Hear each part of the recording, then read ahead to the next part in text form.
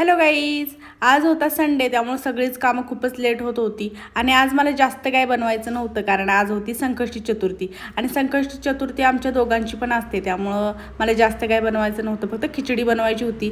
शाबू वडे वगैरे मी जास्त बनवत नाही कारण उपवासाचं जास्त ऑइली वगैरे जास्त खाऊ वाटत नाही. फक्त खिचडी बनवणार होते आणि त्याच्यासोबत दही.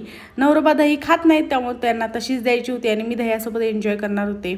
खिचडी बनवायला घेतली, 2 चमच तेल टाकलं. तेल तापल्यानंतर त्यामध्ये बटाटा टाकला आणि मिरची मी नंतरून टाकली कारण आम्हाला जास्त तिखट नाही आवडत, मीडियमच आवडतं. आणि मिरची जर आपण तेलात टाकली ना जास्त तडतडते आणि खूपच तिखट लागते खिचडी, त्यामुळे मी नंतरून मिरची टाकली. त्यानंतर ती बटाटा आणि मिरची शिजल्यानंतर त्यामध्ये शाबू टाकले, त्यात मी शेंगदाण्याचा कूट पण टाकला होता, ते मिक्स करून टाकले मी. त्यानंतर मीठ टाकलं आणि झाकण ठेवून 5 मिनिटं ठेवलं आणि वाफवून घेतल्यानंतर नवरोबांना नाश्ता दिला.